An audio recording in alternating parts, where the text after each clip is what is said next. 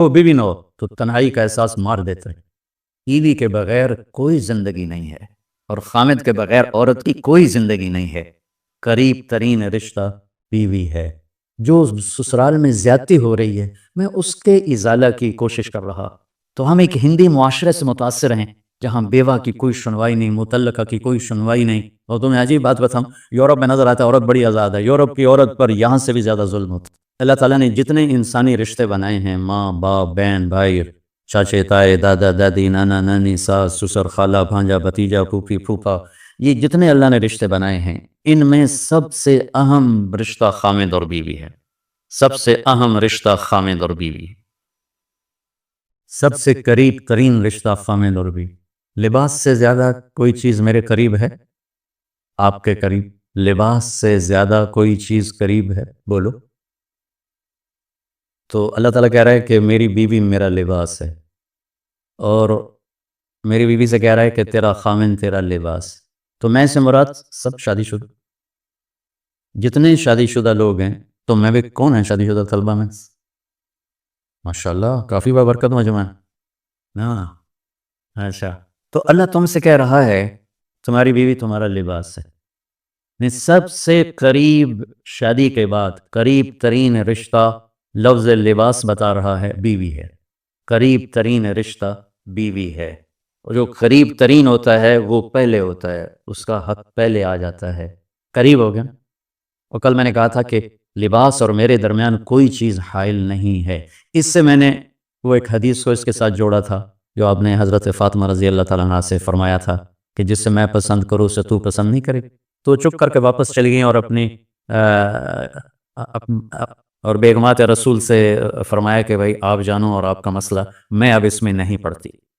تو یہ رشتہ سب سے قریب ہو جاتا ہے، اس سے قریب اور کوئی رشتہ نہیں ہے۔ جب یہ سب سے زیادہ قریب ہے تو اس کے حقوق بھی سب سے پہلے ہوں گے، اس کا حق بھی سب سے پہلے ہو، اس کا خیال بھی سب سے پہلے ہوگا۔ ہمارا جوائنٹ فیملی سسٹم ہے۔ میں کوئی بچیوں کو ساس سسر کے خلاف نہیں بھڑکا رہا۔ جو سسرال میں زیادتی ہو رہی ہے، میں اس کے ازالہ کی کوشش کر رہا ہوں۔ آنے والی بچی اپنے ماں باپ کو چھوڑ کر آئی ہے، اب وہ اپنے خامد کے ماں باپ کو اپنا ماں باپ بنا لے تو اس کی سعادت ہے، اور بچے کے ماں باپ نے اپنی بیٹیوں کو آگے روانہ کر دیا ہے، وہ اس آنے والی بہو کو اپنی بیٹی بنا لیں تو کتنا خوبصورت ہو جائے گا یہ نظام۔ لیکن تربیت بھی نہیں ہے اور سیرت بھی سامنے نہیں ہے۔ مجھے حدیث یاد آ گئی، میرے نبی نے فرمایا یہ جو میرے انصار مدینہ ہیں، سنو بڑی عجیب حدیث ہے، یہ جو میرے انصار مدینہ ہیں یہ اتنے اچھے ہیں، ان کے گھر کسی کی بیٹی جب شادی ہو کے آتی ہے تو اسے یہ احساس ہی نہیں ہوتا میں سسرال میں ہوں یا ماں باپ کے پاس۔ یہ میں چاہتا، یہ میری تشریح میں کوئی کمی زیادتی ہو جاتی ہوگی، کوئی سائٹ زیادہ بیان ہو جاتی ہے، کوئی کم ہو جاتی ہے، لیکن میں یہ چاہتا ہوں۔ یہ حدیث مجھے اللہ نے ابھی یاد دلوائی ہے، حیات الصحابہ میں ہے، جلد اول میں ہے، کہ آپ نے فرمایا کہ یہ جو میرے انصار، میں دوبارہ کہہ رہا ہوں، یہ جو میرے انصار مدینہ ہیں یہ اتنے قابل تعریف ہیں کہ ان کے گھر جب کسی کی ڈولی اترتی ہے تو اس آنے والی بچی کو یہ احساس نہیں ہوتا کہ میں اپنے گھر میں ہوں یا سسرال کے گھر میں۔ میرے عزیزو، کم از کم تم جو میری اولاد ہو، تم میری روحانی اولاد ہو، تم تو میری بات کو آگے چلاؤ کہ تم اپنے گھر کو، اپنی بیوی کو اس طرح رکھو، اپنے ماں باپ کو بھی اس پہ تیار کرو، اپنی بہنوں کو اس پہ تیار کرو۔ ایک رخ تنقید دی، اے کر دی بھائی، اے کر دی بھائی، یہ سارا یہ میرا ماحول ہے۔ پتہ اٹھیندی کے میں، باندھی کے میں، ٹردی کے میں، یہاں تک یہ ساری کہاں سنی بات ہے۔ تو بچے کے ماں باپ کہیں ہماری بیٹیوں کی تو شادی ہو گئی، اللہ نے ہمیں بیٹی دے دی ہے، اب ہم اس کو بیٹی بنا کے رکھیں گے، اور آنے والی کہے کہ میرے ماں باپ کو تو میں نے چھوڑ دیا، اب میرے خامد کے ماں باپ میرے ماں باپ ہیں، میں نے ان کے پاؤں دھو کے پینے ہیں، تو خود اپنی خوشی سے سارے گھر کی خدمت کرے، کون روکتا ہے؟ لیکن جو ہمارا ایک جابرانہ ماحول ہے، اس نے اس رشتے کو توڑ کے رکھ دیا ہے۔ یہ جو آنے والی لڑکی ہے، اس کے ذمہ ہے نسل تیار کرنا، نسل۔ میری بہو سے میری نسل چلے گی اور میں اسی پر جوتا اٹھا کے کھڑا ہوں، کتنی بڑی زیادتی۔ ماں یہ نہیں سوچتی کہ میری نسل جو چلے گی اس لڑکی سے چلے گی۔ اب ساس اگر یوں سوچے کہ میری نسل اس سے چلے گی، سسر یوں سوچے میری نسل اس سے چلے گی، خامن یوں سوچے کہ میری نسل اس سے چلے گی، خامن کی بہن یوں سوچے ہمارے بھائی کی، ہمارے باپ کی نسل اس سے چلے گی، تو ہم اس کو عزت دیں، محبت دیں، پیار دیں. تو وہ پاگل ہے جو تمہیں کاٹ کھائے گی یا تم سے لڑے گی. اس کو تانے اتنے ملتے ہیں، ذلت اتنی ملتی ہے. اور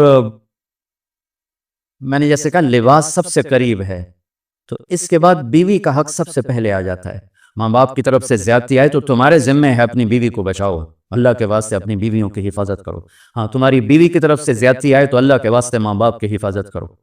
تو اس کا مطلب یہ نہیں کہ تم ڈنڈا اٹھا رہو، اپنے اخلاق کیسے بناؤ، سپرنگ بن جاؤ. سپرنگ جو فریشر سے کو قبول کر کے دب کر کے نیچے چلا جاتا ہے، نیچے جانے میں جڑ جانے کا نظام چھپا ہوا ہے کہ جھک جاؤ. ماں باپ ناراض ہو ان کے پاؤں پکڑ لو، بیوی ناراض ہو اس کے پاؤں پکڑ لو. ذلت میں عزت چھپی ہوئی ہے، ساری زندگی کا تجربہ بتا رہا ہوں. ذلت اللہ کی رضا کے لیے ذلت اٹھانے میں عزت چھپی ہوئی ہے. ہن لباس اللہ کو. کتنا ہی مجھے غصہ چڑھا ہو میں اپنے کپڑے پھاڑوں گا، مجھے غصہ آ گیا میں نے اپنے کرتے پھاڑنے کو، کسی یہ پاگل تو کرے گا، سمجھدار دوے دا کرتا پاڑے گا، اپنا نہیں پاڑے گا.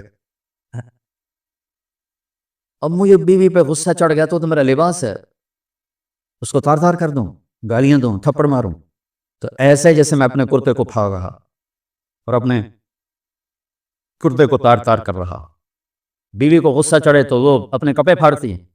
کپڑوں کے لیے کتنے حفاظتی نظام ہیں، الماریاں بنی ہوئی ہیں اور ہینگر بنے ہوئے ہیں، کریز خراب نہ ہو. ہم کھاتے ہوئے کیا کرتے ہیں، آگے اگر کپڑے نئے پہنے ہوں تو آستینے چڑھا لیتے ہیں کہ کہیں کوئی شوربہ کچھ سالن ادھر نہ لگ جائے، ادھر نہ لگ جائے. میں جب بھی بیٹھتا ہوں تو میری بیوی کہتی ہے آستینے چڑھاؤ، آستینے چڑھاؤ، لگنا چاہے. اور آگے ہم کیا کرتے ہیں، تولیہ رکھتے ہیں، نیپکن رکھتے ہیں، رومال رکھتے ہیں. بڑے بڑے ہوٹلوں میں جاؤ تو پہلے وہ ساتھ رکھا ہوتا ہے کہ کوئی کھانے کا ذرہ گرے، سالن کا کوئی قطرہ گرے تو آپ کے کپڑے خراب نہ ہوں. ہم کیچڑ میں جا رہے ہوں تو ہم اپنے پاؤں گندے کر لیتے ہیں، کپڑے گندے نہیں ہونے دیتے. اپنے شلوار اوپر کر لیتے، پتلون اوپر کر لیتے، پاجامہ اوپر کر لیتے ہیں. تو جب کہیں سے کوئی آنے لگے ایسی ناگواریوں تو اپنے اوپر لے لو، بیوی پہ نہ آنے دو. ہم کپڑا بچاتے ہیں یا پاؤں بچاتے ہیں؟ کپڑا بچاتے، شلوار اوپر ٹانگ لیتے، کرتے کو یوں سمیٹ لیتے ہیں. تو جتنا کیچڑ ہے حالات کا، واقعات کا، اخلاق کا، وہ کیچڑ اپنے اوپر لے لو، بیوی کو بچا لو. اور بیوی کیا کرے، وہ جتنا کیچڑ ہے حالات کا، واقعات کا، ناگواریوں کا، اپنے اوپر لے لے، خامد کو بچا لے. لباس کا اور کیا کام ہے، یواری سواتکم، یہ تمہارے عیب چھپاتا ہے. تو میرا کام کیا ہے، میں بیوی کی کمیاں چھپاؤں، ڈھنڈورا نہ پیٹوں. بیوی کا کام کیا ہے، خامد کی کمیاں چھپائے، ڈھنڈورا نہ پیٹ. دوسرا کام کیا ہے لباس کا، وریشہ، لباس مجھے خوبصورت بناتا ہے. یہ ایک واحد رشتہ ہے جو زندگی کو خوبصورت بناتا ہے. سب کچھ ہو بیوی نہ ہو تو تنہائی کا احساس مار دیتا ہے. اس سے ایک اور مطلب نکلتا ہے کہ لباس کے بغیر ایک لمحہ گزارا نہیں. سارا دن پانی نہیں پیتے ہیں نا، اب میں بیان میں پانی پی رہا ہوں کیونکہ 16 گھنٹے تو گزارے نا، پانی نہیں پیا، کھانا نہیں کھایا. 16 سیکنڈ لباس کے بغیر گزار سکتے ہیں؟ بولو. کوئی بھی کمرے میں نہ ہو، تم تنہا ہو، تم کپڑے اتارو تو تم اپنے آپ کو عجیب فیل کرو گے، تم خود اپنے آپ کو چادر میں چھپانے کی کوشش کرو گے. لباس ایک ایسی زبردست ضرورت ہے بلا دلیل کہ تم تنہا کمرے میں بھی کپڑے اتارو تو تم اپنے آپ کو عجیب سا محسوس کرتے ہو. اس سے پتہ چلا کہ بیوی کے بغیر کوئی زندگی نہیں ہے اور خامد کے بغیر عورت کی کوئی زندگی نہیں ہے. یہ ہمارا بدبخت معاشرہ ہندی کہ کسی بچی کو طلاق ہو جائے وہ گل سڑ کے مر جاتی، اس کی شادی نہیں ہوتی. کوئی جوان بچی بیوہ ہو جائے وہ سسک سسک کے مر جاتی، اس کی شادی نہیں ہوتی. کوئی 40-50 سال کا ہو جائے مرد، اس کی بیوی مر جائے، کوئی اس کو لڑکی دینے کے لیے تیار کوئی نہیں. اور لباس کا لفظ بتاتا ہے کہ شادی کے بغیر انسان ننگا ہے اور ننگے انسان کا کوئی کہیں بھی گزارا نہیں ہے. لفظ لباس بتاتا ہے کہ ہم اس چیز کو رواج دیں کہ شادیاں ہوں، بیوہ کی شادی ہو، مطلقہ کی شادی ہو، کوئی اس کی بیوی مر جاتی ہے. حضرت ابن مسعود کا فرمان ہے اگر میری موت میں 10 دن باقی ہوں تو بھی میں شادی کر لوں گا اگر میری بیوی مر جائے. ابو ہریرہ کہتے ہیں اگر میری زندگی میں 7 دن باقی ہوں اور میری بیوی مر جائے تو میں 1 ہفتہ بھی شادی کے بغیر نہیں رہوں گا، میں شادی کر لوں گا. تو ہم ایک ہندی معاشرے سے متاثر ہیں جہاں بیوہ کی کوئی سنوائی نہیں، مطلقہ کی کوئی سنوائی نہیں، اور کوئی کوئی جوان بھی 2-4 بچے ہوں اور بیوی مر جائے تو اس کی کوئی شادی نہیں ہے، وہ سسک سسک کے وہ بلک بلک کے زندگی گزارتے ہیں. ہم لوگ اس کو رواج دے. لباس، لفظ لباس بتا رہا ہے کہ جیسے لباس کے بغیر ایک لمحہ آدمی چین سے نہیں بیٹھ سکتا، ایسے ہی اس رشتے کے بغیر زندگی میں کوئی خوبصورتی نہیں، کوئی حسن نہیں ہے. ہن لباس لکم وانتم لباس لہن. تو لباس کیا کرتا ہے؟ زیب و زینت. لباس کیا کرتا ہے؟ عیب چھپاتا ہے. لباس کیا کرتا ہے؟ خوبصورت بناتا ہے. تو اس رشتے کو خوبصورت بنانا ہے. بیوی خامند کے لیے، خامند بیوی کے لیے. کس طرح یہ رشتہ خوبصورت بنے گا؟ اچھے اخلاق کے ساتھ. اچھے اخلاق کے ساتھ. اگر گھر والوں کے اخلاق اچھی ہوں اور بچی ساس سسر کو ماں باپ بنا لے، ساس سسر بچی کو ماں باپ بنا لے، خامند بیوی کو ہتھیلی کا چھالا بنا دے، بیوی خامند کو ہتھیلی کا چھالا بنا دے. میں قربان جاؤں اپنے نبی پر. ساری کائنات کو نور ایمان دینے والی ہستی، اور حضرت عائشہ رضی اللہ عنہ کو لقمے بنا کے کھلا رہے. کمال. حضرت عائشہ رضی اللہ تعالیٰ عنہ وہ بڑی بڑی بوٹیاں ہوتی تھیں نا، وہ اٹھا کے ایسے نوچتیں اور پھر رکھ دیتیں، روٹی کا ٹکڑا تھا. میرے نبی وہی بوٹی اٹھاتے جہاں حضرت عائشہ نے نوچا ہوتا تھا، وہیں دکھا کے کرتے تھے ان کی محبت کو لینے کے لیے اور ہمیں سکھانے کے. حضرت عائشہ گلاس اٹھاتی، بڑے بڑے ہوتے تھے، اب تو یہ چھوٹے چھوٹے گلاس ہیں. بخل کا زمانہ آ گیا، پانی بھی تھوڑا دن. ہمارے دیہات کا کلچر تھا، اب تو مٹ گیا ہے، مہمان ہی کوئی نہیں ہوتے. جب کچی سڑکیں ہوتی تھیں اور ذرائع نہیں تھے تو بہت سے مسافر ہمارے ڈیروں میں آ کے رات گزارتے تھے. ہماری پہچان والے نہیں، اجنبی راہگیر، کوئی پہچان والے بھی، لیکن جو بھی تھے، کوئی اپنے ہیں، پہچان والے ہیں، دوست ہیں، مسافر راہگیر ہیں، ان کو رات کو کھانے کے بعد دودھ پلانا یہ ہماری تہذیب تھی کہ جتنے بھی ہیں دیرے میں 15 ہیں، 20 ہیں، 1 ہے، جاؤ بھائی روٹی کھا لی، ہم دودھ پوا سارے ہیں. جانور بہت زیادہ ہوتے تھے، کھیتی باڑی کم ہوتی تھی، دودھ وافر ہوتا تھا. وہ گلاس اتنے بڑے بڑے ہوتے تھے، 3 پاؤ کا گلاس ہوتا تھا. تو ایک ہمارے دادے کے زمانے کا نا چاچا لال سنپال، وہ آ گیا. اب دیرے میں نوکر گیا دودھ پلانے، تو گلاس کو دیکھ کے نوکر سے کہندا پتر میں نہیں پیندا. اسا کہا چاچا کیوں نہیں پینا؟ اسا کہا 2 تو ود پیواں تو بے غیرت بنا، تے 2 تے میرا گزارا نہیں جا رہا، میں نہیں پیندا. تو عائشہ رضی اللہ تعالیٰ عنہ گلاس اٹھاتی اور یہ پیا، یہ رکھا. میرے نبی اٹھا کے اور جہاں حضرت عائشہ کے ہونٹ لگے ہوتے تھے وہاں ہونٹ رکھ کے یہ زندگی سکھائی ہے. یا عائشو، کیا محبت سے بولا. عائشہ نے یا عائشو، یہ عاشقانہ انداز ہے، محبوبانہ انداز ہے. یا حمیراء، عائشہ او دوڑ لگائیں. عائشہ مجھے پتہ چل جاتا ہے جب تو میرے اوپر ناراض ہوتی ہے.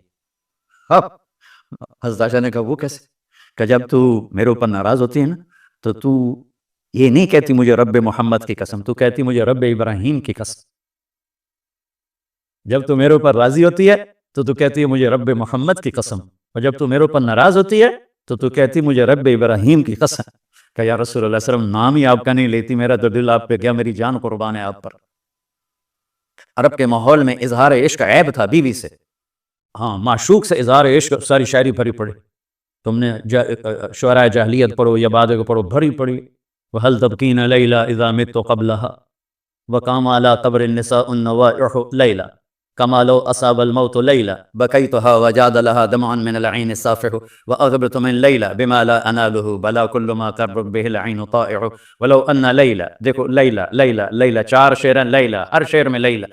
وَلَوْ أَنَّ لَيْلَ الْرُخَيْلِيَّةَ سَلَّمَتْ عَلَيَّ وَدُونِي جَنْدَلٌ وَالصَّفَائِحُ لَسَلَّمْتُ تَسْلِيمَ الْبَشَاشَةِ أَوْ زَقَى إِلَيْهَا صَدًا مِنْ جَانِبِ الْقَبْرِ سَائِحُ. وہ بڑے زور شور سے لیلا لیلا لیلا اپنا اشعار میں کہہ رہا ہے.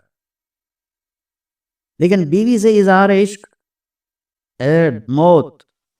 اس ماحول میں جس میں بیوی سے اظہار عشق ایک عیب تھا اور معشوق سے اظہار عشق شاعری بھری پڑی. ترکت ہوا لیلا وسعدا بمعزل، کیا کیا خوبصورت شاعری ہے. بے بالشموس الجانحات غواربا اللہ بساط من الحریر جلاببا حاولنا تفدیتی وقفنا مراقبا فغدانا ایدیہن فوق کرا. عرب کی شاعری بھری پڑی ہے عشق و معشوقی سے. اس ماحول میں میرے نبی سے ایک شخص کہتا ہے یا رسول اللہ من احب الناس الیک، آپ کو سب سے زیادہ کس سے پیار ہے؟ بھری محفل ہے، مسجد الگ نہیں کہ یوں کر کے پوچھ رہا ہوں، بھری محفل میں آپ سب سے زیادہ کس سے پیار کرتے ہیں؟ تو آپ نے زور سے کہا عائشہ سے۔ اللہ اکبر، اللہ اکبر، ہائے ہائے ہائے ہائے،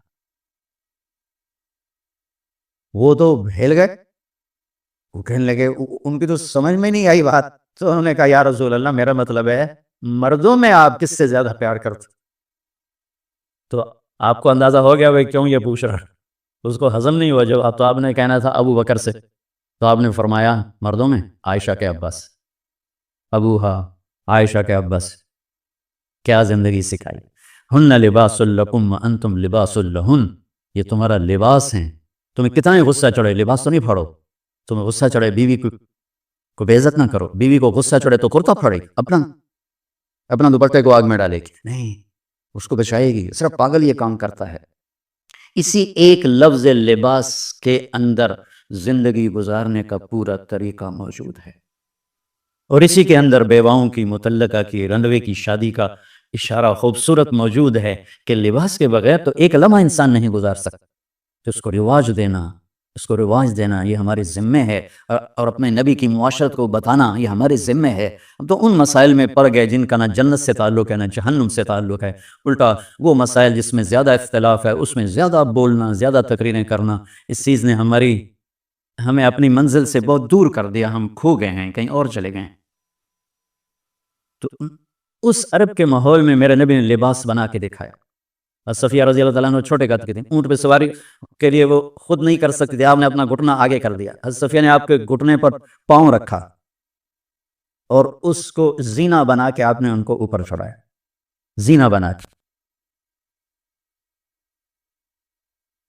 جہاد کے سفر سے واپسی ہو رہی ہے، سب صحابہ سے کہا آگے نکل جاؤ، سب آگے نکل گئے، اتنا نکلے کہ غائب ہو گئے، نظر نہیں آ رہے، تو آپ نے کہا عائشہ دوڑ لگائیں، اللہ، عائشہ دوڑ لگائیں، آگے لگائیں، تو حضرت عائشہ فرماتی ہیں میں نے دوڑ لگائی، میں آگے نکل گئی، آپ پیچھے رہ گئے۔ کچھ سال گزر گئے، جہاد کے سفر سے واپسی ہو رہی، آپ نے کہا عائشہ دوڑ لگائیں، میں نے کہا جی لگائیں، جاؤ بھائی آگے چلے جاؤ، سب آگے چلے گئے، غائب ہو گئے، تو کہنے لگے میں نے دوڑ لگائی، میں موٹی ہو گئی تھی، میں پیچھے رہ گئی، آپ آگے نکل گئے، تو آپ نے کہا حاضی بتلک، اب ہمارا تیرا حساب برابر ہو گیا۔ آپ بچوں زندگی تو پڑھو کہ تمہارے نبی نے کیا خوبصورت زندگی گزاری ہے۔ ایک صحابی کہتے ہیں دائم الفکر متواصل الاحزان، کیسے تھے ہمارے نبی؟ تو وہ جواب دیتے ہیں بڑے غمگین، بڑے فکر مند، ٹھیک ہو؟ یہی سوال ایک شخص حضرت عائشہ سے کرتا ہے کیسے تھے ہمارے نبی؟ کہتی ہیں کانا ضحاکن بسامن، بڑے ہنسنے والے، بڑے مسکرانے والے۔ ایک کہہ رہا ہے بڑے غمگین، بڑے فکر والے، ایک کہہ رہی ہیں بڑے ہنسنے والے، بڑے مسکرانے والے۔ یہ فرق کیوں ہے؟ ایک نے دیکھا ہے مسجد کے ماحول میں، وہاں نبوت کی ذمہ داری مقدم ہے اور اس کا احساس آپ پر وزن ڈال رہا ہے۔ اما عائشہ نے دیکھا مسکراتا ہنستا کہاں؟ گھر میں آپ مسکرانے والے ہیں، آپ ہنسنے والے ہیں، اور نبوت کی ذمہ داری ہے، درد بھی ہے، لیکن اس کو اندر چھپا لیا ہے۔ اب بیگم کو ہنس کے دکھا رہے ہیں، خوش ہو کے دکھا رہے ہیں، اور ان کے ساتھ لاڈ کر رہے ہیں، ان کے ساتھ پیار کر رہے ہیں۔ وہ جو حدیث ام زرع ہے شمائل ترمذی کی، کتنی لمبی چوڑی وہ لایانی کہانی ہے، اور آپ نے بیٹھ کے ساری سنی۔ آج کا تو کوئی بزرگ ہو تو کہتا ہو تو کیا لایانی شروع کر دی، اتنی دیر میں تو ذکر ہو سکتا تھا۔ بیوی کے ساتھ لایانی بھی عبادت، وہ لایانی تو ہوتی نہیں بیوی کے ساتھ۔ جہاد کا سفر ہے، جہاد کا، اور سفر کے لیے تیاری کا اعلان اور کوچ کا اعلان۔ حضرت عائشہ اونٹنی پہ بیٹھی، گلے میں دیکھا ہار کوئی نہیں، کہا یا رسول اللہ میں تو نہیں جاؤں کہ میرا ہار گم ہو گیا، میرا ہار پہلے ڈھونڈوائیں۔ سارے لشکر کو ہار پہ لگا دیا۔ آپ کہتے تیرا دماغ خراب، میں جہاز میں تیرے لاد اٹھاؤں اور تیرے ہار کے پیچھے میں سفر کینسل کروں؟ چلو چلو، آپ نے کہا چلو بھائی عائشہ کا ہار ڈھونڈو، سارے ہار ڈھونڈنے میں لگ گئے، سارے۔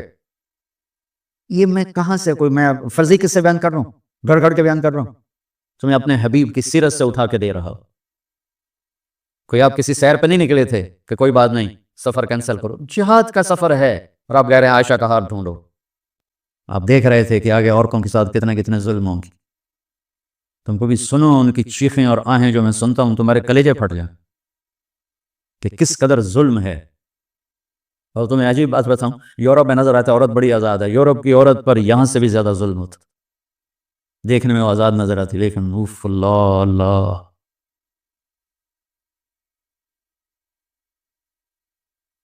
شام ہو گئی، دیکھو قافلہ رک گیا، اب تو بھائی شام ہو گئی، ہار نہیں ملا، مغرب عشاء کے لیے تو پانی موجود تھا، اب عشاء پڑھنے کے بعد پانی ختم، چونکہ خیال تھا اگلی منزل پانی ہے تو وہاں جا کے نماز پڑھیں گے، تو اب پانی کوئی نہیں ہے، اور سب نے ابو بکر صدیق رضی اللہ تعالیٰ عنہ کو تانے دینے شروع کیے، تیری بیٹی کی وجہ سے اب فجر کی نماز کا کیا بنے گا، اب تو پانی کوئی نہیں، وہ وضو کیسے کرے گے، تیمم کی آیت ابھی آئی نہیں ہے۔ تو حضرت ابو بکر صدیق کو غصہ چڑھا، وہ گئے اللہ کے نبی کے خیمے میں، وہ تو باب تھے، تو آگے اللہ کے نبی حضرت عائشہ کی گود میں سر رکھے سو رہے تھے، حضرت عائشہ یوں بیٹھی ہوئی تھی، اب کیا کریں، وہ سوئے ہوئے ہیں تو بول تو سکتے ہی نہیں، تب وہ چہرے سے ان کو ڈانٹ رہے ہیں،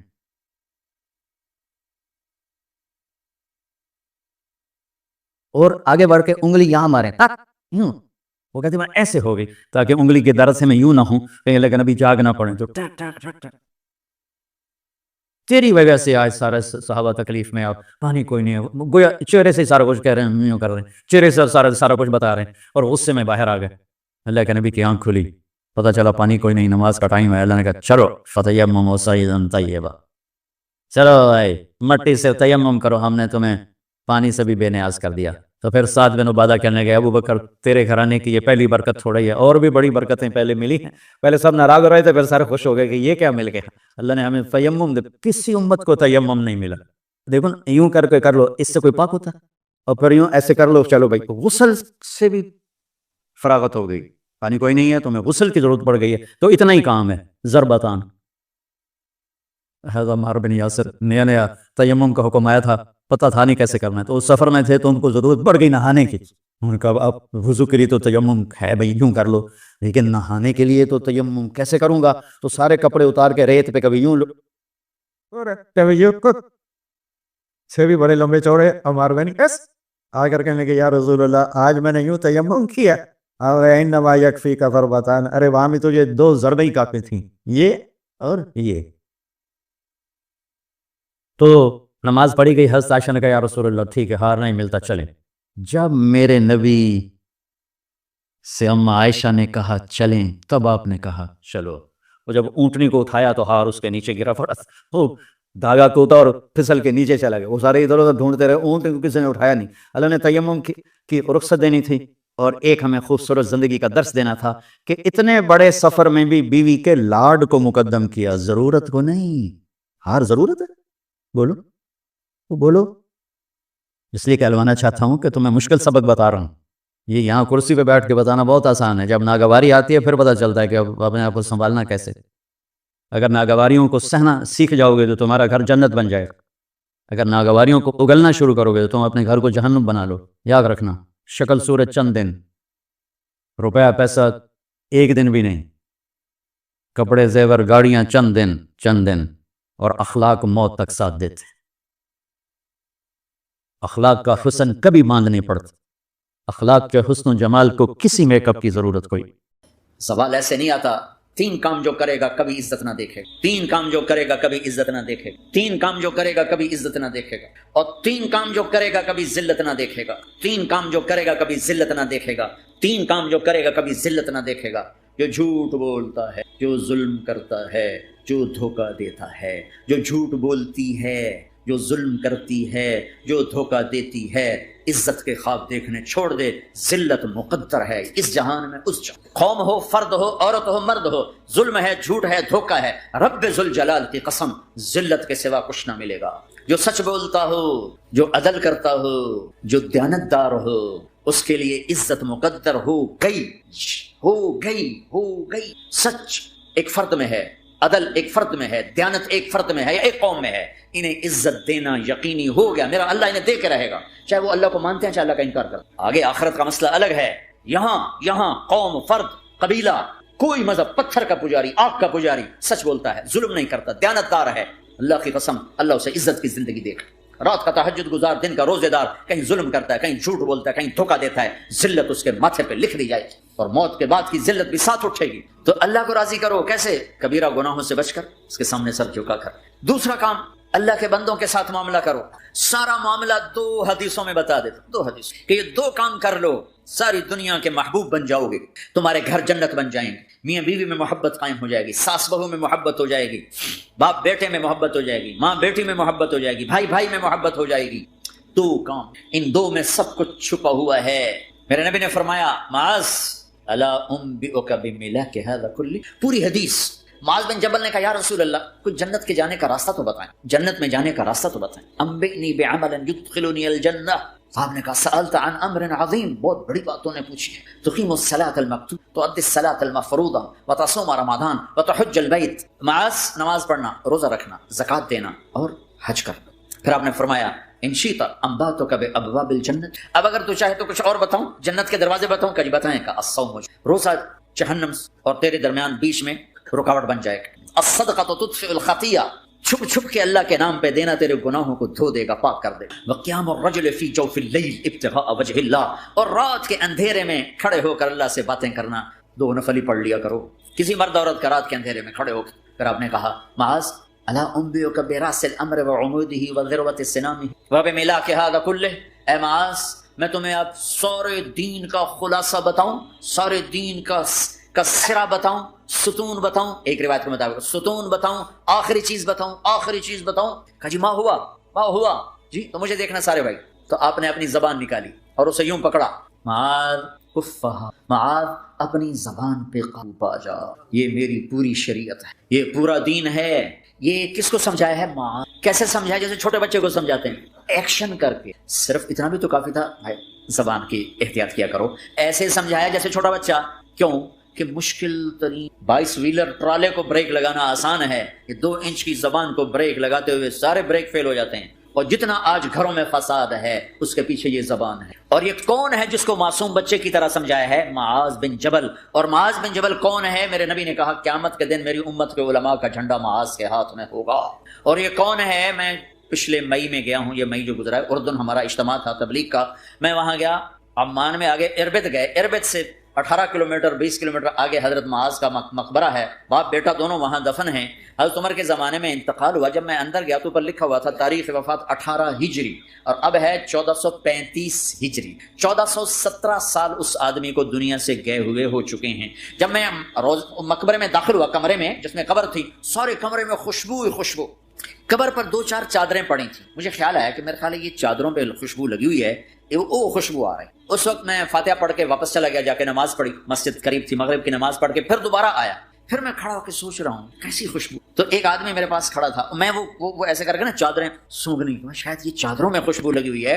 ایک آدمی میرے پاس کہنے لگا جناب یہ چادروں میں نہیں، یہ اس قبر والے کی، یہ 24 گھنٹے آتی رہتی ہے، 24 گھنٹے۔ پھر میں نے فزیکلی ایک چادر کو سونگا، کسی ایک چادر میں کوئی خوشبو۔ یہ وہ معاذ ہے جو 1417 سال ہو چکے ہیں مرے ہوئے، اور قبر مہک رہی ہے۔